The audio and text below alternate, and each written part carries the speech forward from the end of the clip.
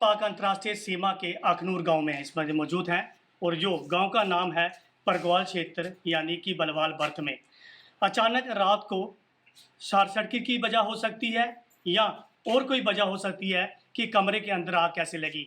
आपको सामने जो तस्वीर दिखा रहे हैं कि जिस तरह से टीवी, फ्रिज, एलईडी और इन्वर्टर पूरी तरह से जल चुका है, सामान राख हो चुका है और इतनी ज़्यादा आग थी कि घर वाले उस पर काबू नहीं पा सकते थे। लेकिन भगवान का शुक्र है कि उस समय रात के 1 बजे के करीब उस कमरे के अंदर कोई भी व्यक्ति नहीं था, क्योंकि जिस कमरे के अंदर व्यक्ति रहते थे वो हॉस्पिटल में थे, यानी कि उनके कोई परिवार का सदस्य बीमार था, उनको लेकर वो जम्मू चले गए थे और बाहर इनके परिवार के सदस्य थे, जो माता पिता थे वो सो रहे थे, लेकिन उस कमरे में नहीं थे जिसमें आग लगी थी। आग इतनी ज़्यादा भयंकर थी कि घर वालों ने अपना घर छोड़ दिया और मोहल्ले वाले पूरे इकट्ठे हो गए, जिन्होंने इस आग पर काबू पाया और पूरी तरह से सामान जलकर राख हो गया।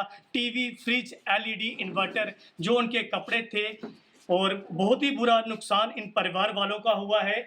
जो दृश्य हमने आपको दिखाया, इनके परिवार के सदस्य हमारे साथ मौजूद हैं। देखिए ये पूरा गांव जो यहाँ पर एकत्रित हुआ है, इकट्ठा हुआ है, क्योंकि कहते हैं कि जब किसी के ऊपर आफत आती है तो समाज एकजुट होकर पड़ोसी आ जाते हैं, यहाँ पे इकट्ठे हो जाते हैं। तो इनसे बातचीत कर रहे थे, बहुत तकलीफ थी इन परिवार वालों को, और जिस तरह से हमने वो आपको दृश्य दिखाया पंजाब कृषि के चैनल के माध्यम से कि जिस तरह से इनका सामान है वो जलकर राख हो चुका है। जिन घर के आग लगी है उस घर के ये ऑनर है, इनका नाम है काला राम। के गल हुई के वक्त कितना नुकसान होया? सारा समान टीवी हो गया, टीवी ताजा समान सारा भी जेह्ड़ा साढ़ा घर वाला भी सारा गै सड़ी गया। जेल्लै आग आना उसलै सड़ी गेदा सारा। फिर ये देखो जेह्ड़ा घरा दा किन्ना समान होंदा है, तो ओह्कड़ा कमरा केईं पेदा, ओह्कड़ा भी सारा इद्धर लाए दा।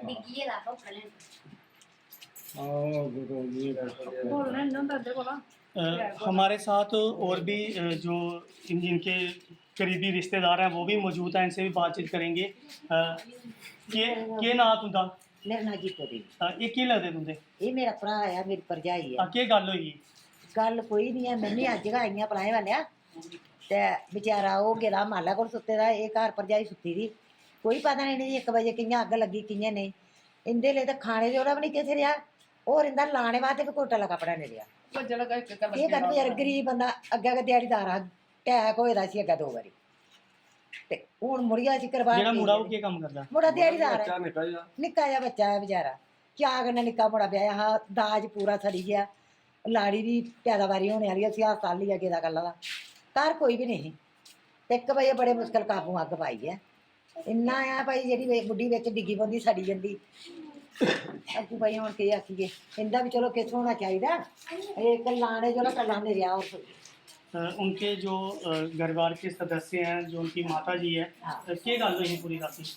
राती मैं सुती हाँ 12 आई उधरों जब मैं 10 बजे मैं लम्मी पई ना नींदर पी गई जो मैं सेई गेदी हाँ तो जिसलै इ'यां धुआं जेहा लिप्या ना इ'यां आन बाहर, जिसलै धुआं कप्पू जेहा लग्गा मैं उट्ठिया, जिसलै मैं दिक्खेआ मैं पक्खा पुक्खा दिक्खेआ बंद कीता, फिर मैं भित्त जिसलै खोलेआ ना मैं हो सकदा अंदर नहीं हवा लग्गी दी, जिसलै दिक्खेआ तां अंदर भांबड़ मचे दे फिर मेरे कोला इ'यां कीता, मैं अग्ग सालनी अग्ग के सालनी मेरे कोला नहीं, फिर मैं डिग्गी पेई इत्थों तक मैं गेई हाँ, मैं गली च डिग्गी पेई, जिसलै रौला पाया ओह् दौड़ो मैं ते मरी गेई, ओह् मेरा सारा किश सड़ी गया, ओह् बचाओ मिगी आनिया। तो फिर दौड़िए पेड़े म्हल्ले ले आए न, तो फिर उ'नें बेचारे आनिया करन के उत्थै अंदर इनवीटर भी ऐहा, पर इनवीटरा कन्नै शार्ट पोगा सड़ी गया, डैक उत्थै लग्गी दी ही, टीओ केह् आखदे न LCD लगी दी, फिर फ्रिज जिन्ना भी समान है जी बचिया कोई नहीं, बिस्तरे के तल्ला कपड़ा के कोई भी चीज नहीं बची है, सारा किश सड़ी गया। सौ मुड़े दी ओह् जेह्ड़ी रवल मिली दी ही ओह् भी बेचारे ओह्दे च गै उसी भी सेका लगी गेदा।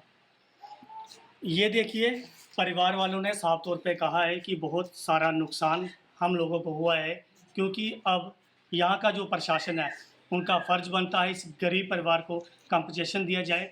और मैं अपने चैनल के माध्यम से ये भी कहता हूँ कि जो भी समाज सेवी लोग हैं इन परिवार की मदद करें ताकि आर्थिक जो स्थिति है इनकी अच्छी हो जाए, क्योंकि नई नई शादी हुई थी, लड़के की 1 साल हो चुका था, कईयों से उधार कर्ज लेकर अपने बेटे की शादी की थी। बड़ी मुश्किल से इस परिवार का गुजारा चलता है और पूरा सामान था वो जलकर राख हो चुका है और तमाम जितने भी गांव के लोग हैं वो उनकी मदद करने के लिए आगे आए। मैं रोहित मिश्रा, अंतर्राष्ट्रीय cruise sector, Punjab Kesari TV, cameraman Varinder Singh के साथ परगवाल।